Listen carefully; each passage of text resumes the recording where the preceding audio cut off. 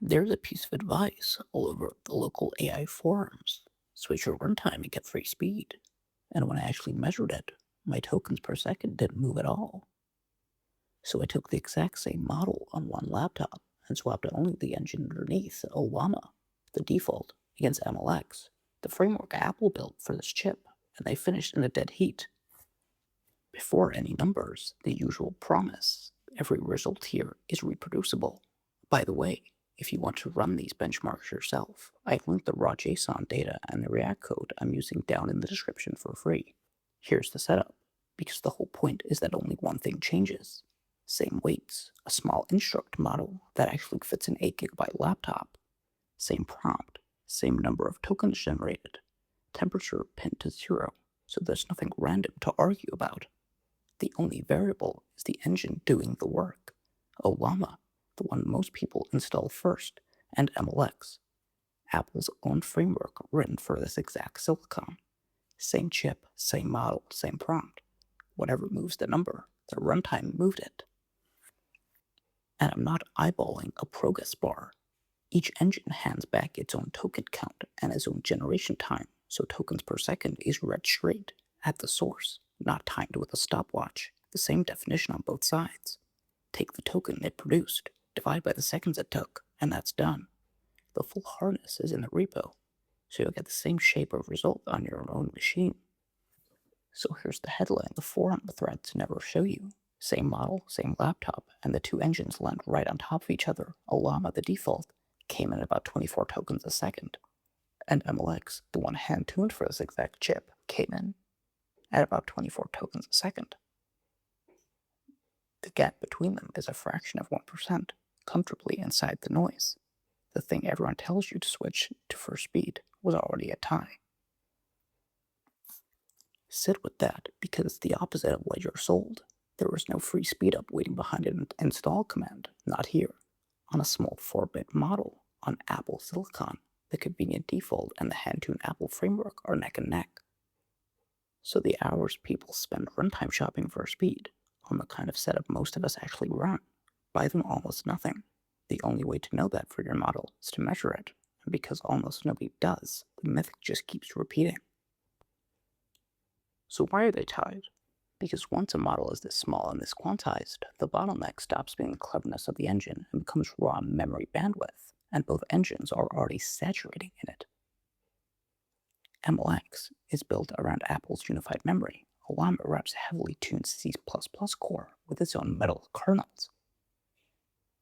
Two different roads, both arriving at roughly the same wall. There are cases where a runtime genuinely pulls ahead.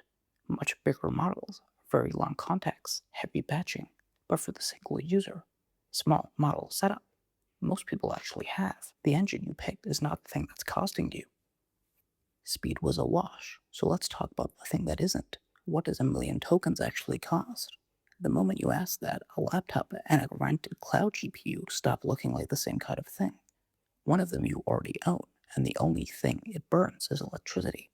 The other one you rent by the hour, and the meter does not care whether your GPU is flat out or sitting idle waiting for the next request. It bills the wall clock either way. So let's price it, and I'll say it plainly. These dollars are modeled with the assumptions on screen. Take a fixed 100 tokens per second on each side, so we're comparing the meters, not the muscle. Your laptop drawing about 30 watts at a UK electricity cap costs roughly 3 cents per million tokens, basically a rounding error. A rented H100 at just under $3 an hour comes out at around $8 per million at the same rate. That's not a typo. On marginal cost per token, the thing on your desk is 100 times cheaper than the thing in the data center, because you're paying for sunk silicon with pennies of power, while the cloud is renting your time. So when does the meter actually pay off? When it's busy. A rented GPU earns an hourly rate at the instant you have enough concurrent traffic to keep it batching many users all at once, all day.